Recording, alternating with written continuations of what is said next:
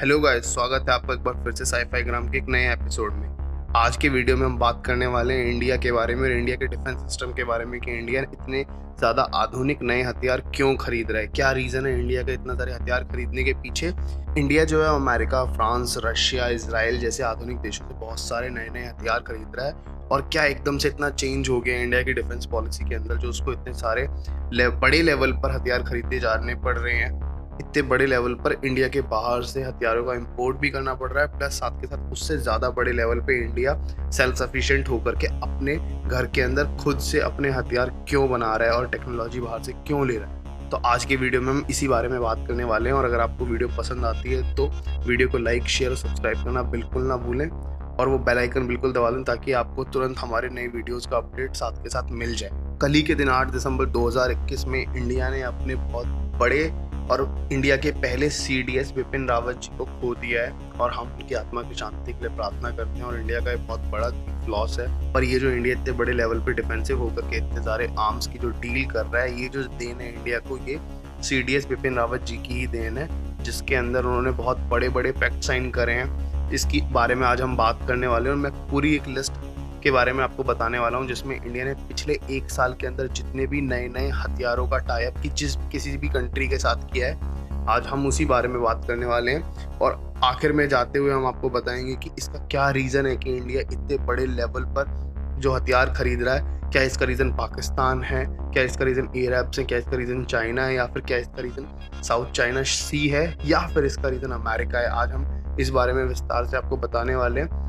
तो सबसे पहले स्टार्ट करते हैं उस लिस्ट से जिसका सभी को इंतज़ार होगा कि वो कौन से लिस्ट है जो पिछले एक साल के अंदर इंडिया के अंदर टाई अप हुआ है जिन हथियारों का और टेक्नोलॉजी के बारे में। इस लिस्ट में सबसे पहले आती है इंडियन आर्मी के लिए AK-203 राइफल, जिसमें 7.5 लाख राइफल्स खरीदने का टाई अप किया है इंडियन गवर्नमेंट ने, जिसमें टेक्नोलॉजी रशिया से खरीदी गई है और इन सब का निर्माण इंडिया में ही होगा।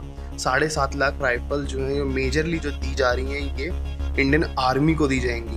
ये AK-47 जो राइफल है बहुत टफ वेपन है, बट उसका सब्स्टिट्यूट और उसका अपग्रेडेड वर्जन है। ये बहुत ज़्यादा अच्छे तरीके से वर्क कर सकती है एज कंपैरेटिवली AK-47।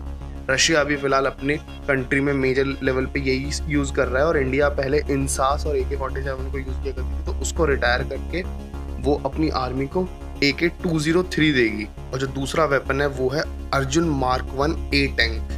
ये टैंक जो है इंडिया में ही बनाया जाएगा और इसको 118 नए टैंक बनाने की बात की जा रही है। इसके बाद आता है रशिया का सबसे बड़ा एयर डिफेंस सिस्टम जिसका नाम है S-400। आपने इसके बारे में बिल्कुल सुना होगा। ये पूरे वर्ल्ड में अब तक का मौजूद सबसे बेहतरीन डिफेंस सिस्टम है जो अपने आप में किसी भी तरीके के डिफेंस की कार्रवाई से, डिफेंस की अटैक से कंट्री को रोकने में सक्षम है। इसकी जो रेंज है वो 400 किलोमीटर तक डिस्ट्रॉय करने की है मिसाइल को एक पर्टिकुलर जगह पर जहाँ पे भी ये रखा जाएगा वहाँ से 400 किलोमीटर के दायरे में किसी भी मिसाइल को डिस्ट्रॉय कर सकता है। और जो इसके रेडार की रेंज है वो 600 किलोमीटर तक की है। तो इंडिया इस तरीके की 32 अलग रेजिमेंट्स खरीद रहा है और जिसमें अलग से 1000 बैटरीज भी खरीदी जा रही हैं इसकी। इसके बाद हमारी जो लिस्ट में अगला वेपन है वो सबसे ज़्यादा फेमस और ये अपनी न्यूज़ में भी बहुत ज़्यादा फेमस रहा है बिकॉज ऑफ चाइना की। इस वेपन के परीक्षण के बाद चाइना में एकदम से घबराहट फैल गई थी, चाइना बहुत परेशान हो गया था। इस वेपन का नाम है अग्नि 5 मिसाइल। इस मिसाइल की कैपेसिटी जो बताई गई है DRDO की तरफ से वो केवल 5000 से 8000 किलोमीटर तक की बताई गई है। बट इस बात का श्योरली मैं एक चीज़ से तो कह सकता हूँ कि इसकी कैपेसिटी इससे तो बहुत ज़्यादा है, जिस चीज़ का एक अंदेशा चाइना को भी, और चाइना को इसी बात का डर है कि इसकी कैपेसिटी 5000 से 8000 किलोमीटर नहीं बल्कि कहीं ज़्यादा है, जिसकी वजह से इंडिया अपने इलाके में रहते हुए चाइना की किसी भी मेजर सिटी को कभी भी अग्नि 5 से टारगेट कर सकता है। इसी डर की वजह से चाइना ने इस अग्नि 5 के परीक्षण का विरोध भी किया था इंडिया के अगेंस्ट। अगला वेपन है DRDO द्वारा खुद से निर्मित हीट वेपन है ये DRDO का। इसका नाम है अभ्यास। ये एयर डिफेंस सिस्टम है जिसमें हम हवाई हमले को रोकने के लिए इसके अंदर एक अलग से हीट डिफेंस सिस्टम किया गया है जिसको हवा में छोड़ करके जो मिसाइल्स को कंफ्यूज करके हवा में किसी भी हीट सिग्नेचर को निशाना बना करके मिसाइल को डिस्ट्रॉय करने का काम किया जा सकता है इसके ज़रिए।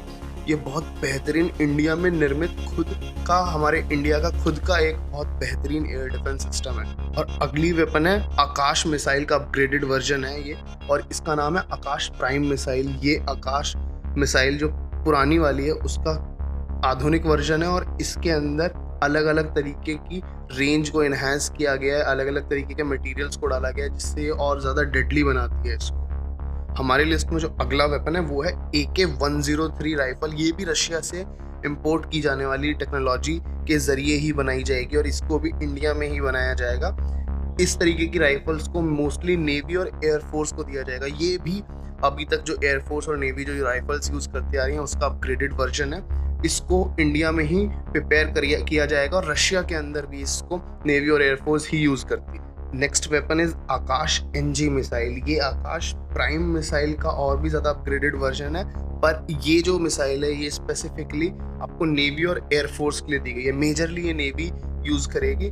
इसके अंदर जो है समुद्र के ज़रिए अगर कोई अटैक होता है आपको तो समुद्र में जैसे आकाश मिसाइल प्राइम वर्जन जो है उसका वो आर्मी को सपोर्टिव है, तो ये नेवी को सपोर्टिव है। ये समुद्र के अंदर भी और समुद्र के ऊपर दोनों जगह पर अटैक किया जा सकता है इस मिसाइल की हेल्प से। अगला वेपन जिसको बनाने के लिए इंडिया ने बहुत अच्छा बजट दिया है और वो चीज़ है Pinaka rocket defence system. Pinaka rocket defence system केवल ना एक डिफेंस सिस्टम है बल्कि ये एक अटैक सिस्टम भी है। ये एक पर्टिकुलर स्क्वायरल एरिया के अंदर, जैसे मान लीजिए 1x1 का एरिया है, 1 किलोमीटर बाय 1 किलोमीटर का एरिया, तो वहाँ पे हम पिनाका रॉकेट्स छोड़ सकते हैं और पिनाका रॉकेट्स उस पूरे एरिया को वहीं पे बर्बाद कर देंगे तुरंत। इसके अंदर एक बार में लगभग जिस तरीके की स्टडीज अवेलेबल हैं उसके अकॉर्डिंग 40 से 80 रॉकेट छोड़े जा सकते हैं एक बार में। पिनाका जो नाम लिया गया है वो बेसिकली शिवजी के धनुष का नाम हुआ करता था और वहाँ से ये नाम दिया गया है और ये नाम भी इसको काफ़ी हद तक बहुत ज़्यादा डेडली बनाता है।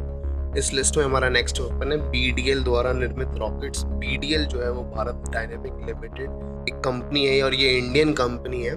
ये एक एंटी टैंक मिसाइल्स बना रही है और इन मिसाइल्स की खास बात ये है कि ये मिसाइल्स एक गाइडेड मिसाइल्स हैं जिसमें एंड मूवमेंट तक टारगेट को लॉक करके रखा जा सकता है और उनको गाइड किया जा सकता है कि उनको कहाँ पे हिट करना है और किस तरीके से हिट करना है। ये पूरी तरीके से एक बहुत बेहतरीन और आधुनिक सिस्टम है जो BDL द्वारा निर्मित है और ये भी मेड इन इंडिया मिसाइल्स हैं और इनका नाम है मिलान एंटी टैंक मिसाइल्स। इस तरीके की 4960 मिसाइल्स का ऑर्डर दिया गया है अभी सेंटर से डिफेंस सिस्टम के लिए।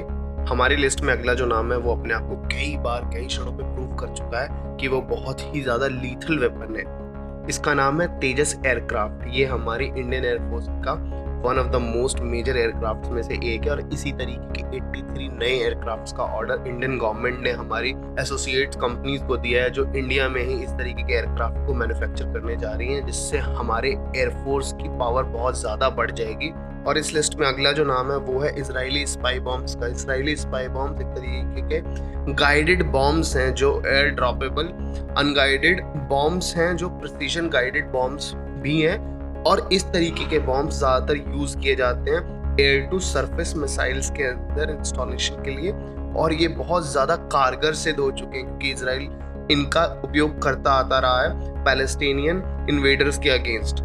और इजरायली स्पाई बॉम्ब्स के लिए हमारी गवर्नमेंट ने $200 मिलियन का कॉन्ट्रैक्ट साइन किया है इजरायली गवर्नमेंट के साथ। इस लिस्ट में अगले नंबर पे आता है AWACS एयरक्राफ्ट। ये एयरबोर्न प्लेन जो है एक तरीके से हवा में उड़ने वाले रेडार की तरह काम करता है और इसे डेवलप किया जाएगा इंडिया में DRDO द्वारा, जिसके लिए 11,000 करोड़ रुपए के फंड्स को अप्रॉक्सीमेटली सैंक्शन किया गया है और इस तरीके के 6 नए एयरक्राफ्ट AWACS एयरक्राफ्ट हमारी एयरफोर्स को मिलने वाले हैं। ये नेवी भी यूज़ कर सकती है और एयरफोर्स भी यूज़ कर सकती है। सबसे ज़्यादा बेहतरीन बात इन एयरक्राफ्ट की जो है वो ये है कि ये दूर से ही किसी भी एनिमी मिसाइल या फिर किसी भी एनिमी एयरक्राफ्ट को दूर से ही पहचान सकते हैं और ये उसकी डायरेक्शन और उसकी कोऑर्डिनेट्स की डायरेक्ट नॉलेज जो है हमारे बेस को भेज सकते हैं, जिससे वो उसके ऊपर एक्ट करने में उनको बिल्कुल टाइम नहीं लगता। सो ये एक तरीके से उड़ता हुआ ड्रोन है जो और ज़्यादा एक्सटेंसिव रेंज प्रोवाइड करता है हमारे जो स्टैटिक ड्रोन्स हैं उनको। इस लिस्ट में अगला नंबर है MiG-29 एयरक्राफ्ट का, जो है रशियन मेड एयरक्राफ्ट है और MiG-29 जो है MiG-21 का अपग्रेडेड वर्जन है और MiG-21 को तो एग्जैक्टली हर कोई जानता ही है और उसके कारनामों को, बट इसको और ज़्यादा अपग्रेड्स के साथ लाया गया था रशिया द्वारा और MiG-29 को अब इंडिया खरीदने वाला है। इस तरीके के 21 एयरक्राफ्ट जो रशिया से आएंगे और MiG-21 के साथ साथ नेक्स्ट नंबर जो आता है वो आता है सुखोई का। तो सुखोई की जगह पे सुखोई का अपग्रेडेड वर्जन यूज़ किया जाने वाला है इंडियन गवर्नमेंट द्वारा टेंडर जो रशियन गवर्नमेंट को दिया गया है उसके अंदर इंडियन गवर्नमेंट इंडियन एयरफोर्स के लिए सुखोई मार्क 1 के 12 एयरक्राफ्ट्स को परचेज करने वाली है रशिया से। और इस पूरे साल के पैकेज में नेवी को दिए जाने वाली जो कुछ मेन चीज़ें हैं वो हैं सबसे पहले INS वेला, जो अपने आप में एक बहुत बेहतरीन नेवी शिप है, जो हमारा इस टाइम पे कमीशन हो चुका है, ऑलरेडी नेवी के पास ये पहुंच चुका है और इसको यूज़ करना भी शुरू कर दिया जाएगा फुल स्केल पे थोड़े टाइम बाद। और INS वेला के बाद ISB क्लास का डिस्ट्रॉयर और ऐड किया गया है इंडियन नेवी की लिस्ट में, जिसका नाम है INS विशाखापट्टनम, जिसकी कुछ टाइम पहले चर्चा भी बहुत ज़्यादा हो रही थी, न्यूज़ में आपने सुनी भी होगी।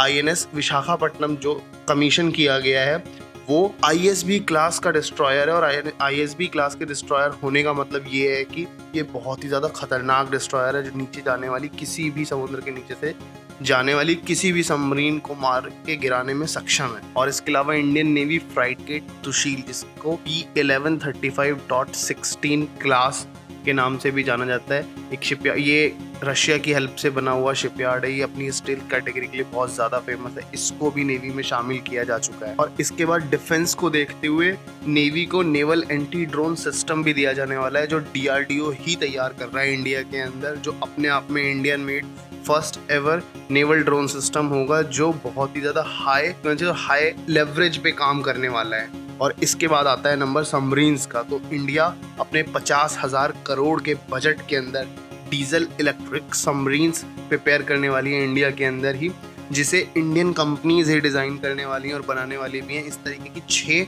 सबमरीन्स को अभी तक कमीशन किया गया है, जो अभी रेडी हो रही हैं और ये 2022 के एंड तक शायद से इंडियन नेवी में शामिल भी हो जाएंगी। और इसके बाद last but not the least MH-16 Romeo helicopters provide किए जा रहे हैं। रोमियो हेलीकॉप्टर्स अपने आप में बहुत ज़्यादा इंपॉर्टेंट हेलीकॉप्टर्स हैं, जो समुद्र के ऊपर नज़र रखने के लिए और अटैक करने के लिए भी यूज़ किए जा सकते हैं। ये अपने आप में one of the best kind of navy helicopters में से एक है। इस तरीके के लगभग 60 हेलीकॉप्टर्स के अराउंड तैयार किए जा रहे हैं, जो इंडियन नेवी को मिलने वाले हैं। तो अब एंड में सवाल उठता है कि इतनी सारी तैयारियां जो इंडियन गवर्नमेंट कर रही है और इतने बड़े स्केल डिफेंस एक्टिविटीज़ हो रही हैं, वो क्यों हो रही हैं आखिरकार? हमें किससे खतरा, इतनी ज़्यादा तैयारी क्यों की जा रही है? तो फ्रेंड्स, इसका सबसे सिंपल और सबसे आसान तरीका समझने का ये है कि अभी तक 2014 से पहले हमारी एयरफोर्स के पास केवल 15 स्क्वाड्रन थे। एक अमूमन नॉर्मल तौर पे एक अच्छी एयरफोर्स के पास एटलीस्ट 45 स्क्वाड्रन होने चाहिए।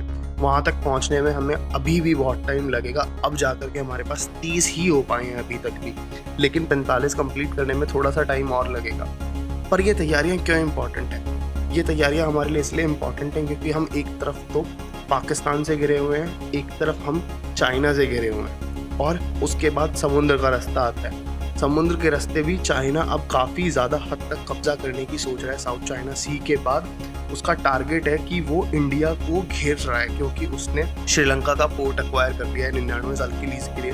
इसी तरीके से वो मेडागास्कर, तंजानिया और पाकिस्तान में भी घुस चुका है। तो वो इंडिया को चारों तरफ से घेरने की कोशिश कर रहा है। तो अपने सेल्फ डिफेंस के लिए हमें प्रिपेयर रहना बहुत ज़्यादा इम्पोर्टेंट है। मेन बात यहाँ पे ये भी आती है कि पाकिस्तान के लिए ये डिफेंस सिस्टम तो नहीं है। पाकिस्तान के लिए हो सकता हो, लेकिन मुझे लगता नहीं है कि इस तरीके की कोई भी वजह है, बिकॉज पाकिस्तान इतना बड़ा थ्रेट हम लोगों के लिए नहीं है। क्योंकि पाकिस्तान की जिस तरीके से जियो पॉलिटिक्स चल रही है, वो अपनी कंट्री को खुद ही बर्बाद कर लेंगे, और हमें तो उन्हें हाथ तो छोड़ो, उंगली दिखाने की भी नीड नहीं पड़ने वाली। लेकिन हमारे लिए सबसे बड़ा जो थ्रेट है वो केवल और केवल चाइना है। तो ये सारी तैयारियां केवल चाइना को काउंटर करने के लिए की जा रही है। और जो हमारा डिफेंस का ग्रुप है, जो प्राइम मिनिस्टर खुद से देख रहे हैं, जिसको अजीत डोभाल जी लीड करते हैं, उसके अंदर ये सारी प्रिपरेशन इसलिए की जा रही है ताकि हम लोगों को अपनी डिफेंस हम एक तरीके से बिल्कुल ज़्यादा कहीं पे भी अपनी वर्नेबिलिटीज़ कहीं पे भी ना छोड़ दें और कोई हमें एक्सप्लॉइट ना कर सके किसी भी तरीके से। तो अपनी वर्नेबिलिटीज़ को कवर करने में तथा अपनी वीकनेस को अपनी स्ट्रेंथ में